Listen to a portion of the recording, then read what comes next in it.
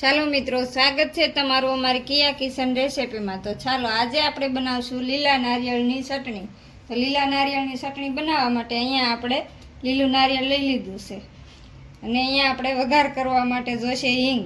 તો અહીંયા આપણે 1 ચમચી હિંગ લીધી છે, 1 ચમચી આપણે રાઈ લીધી છે, મીઠા લીમડાના પાન લીધા છે અને ચટણીમાં આપણે એડ કરીશું લીલા ધાણા, લીલા મરચાં, આદુનો ટુકડો અને નમક ને વઘાર કરવા માટે તેલ।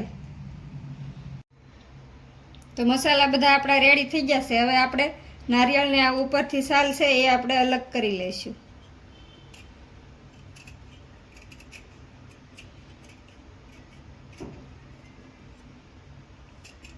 તો આ રીતે આપણે છાલને અલગ કરી લેવાની છે એટલે ચટણી આપણી સરસ વ્હાઈટ વ્હાઈટ બને। તો બધા નારિયેળમાંથી આ રીતે આપણે છાલ અલગ પાડી લેવાની છે। તો આ રીતે આપણે આટલું નારિયેળ લીધું છે, આપણે જેટલા સભ્યો હોય એ પ્રમાણે આપણે નારિયેળ રહેવાનું છે। તો આપણે આટલા નારિયેળની છાલ ઉતારી અને રેડી કરી નાખી છે। આ રીતની આપણે છાલ કાઢી લીધી છે। તો હવે આપણે કટિંગ કરી લઈશું। ઝીણું ઝીણું કટ કરશું એટલે મિક્સર જારમાં જલ્દીથી આપણે મિક્સ થઈ જાય,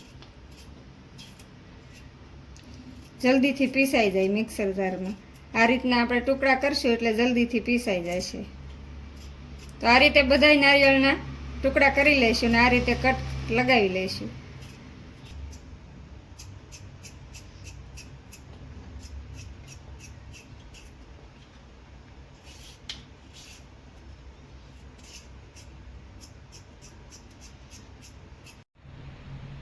તો આ રીતે સરસ આપણે ટુકડા કરી લીધા છે।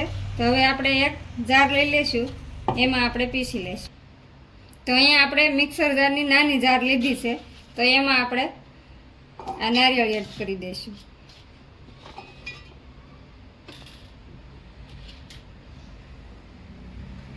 મીઠા લીમડાના પાન એડ કરી દઈશું, નમક એડ કરી દઈશું, આદુ અને મરચી બંને એડ કરી દઈશું અને લીલા ધાણા એડ કરી દઈશું।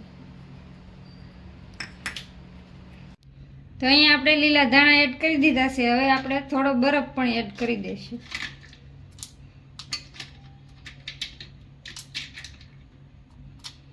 બરફ એડ કરીને હવે આપણે પીસી લઈશું।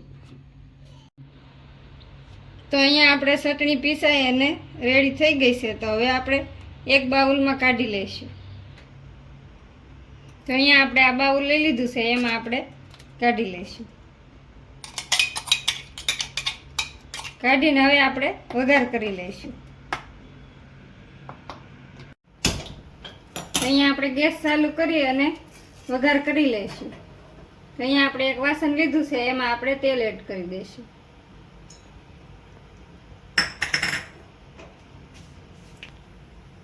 તો તેલ ગરમ થઈ ગયું છે, હવે આપણે રાઈ એડ કરી દઈશું।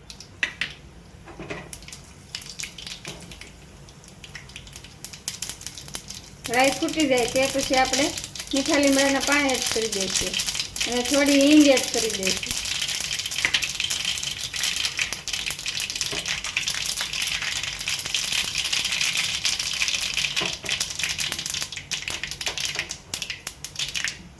અને આ બાઉલમાં આપણે વઘાર એડ કરી દેવાનો છે।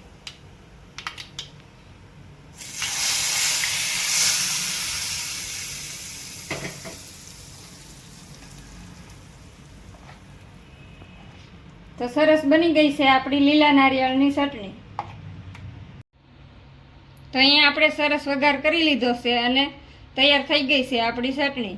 તો તમને કેવી લાગી મારી રેસીપી? મારી રેસીપી પસંદ આવી હોય તો લાઈક કરજો, શેર કરજો અને કોમેન્ટ કરીને જણાવજો કેવી લાગી લીલા નારિયેળની ચટણી।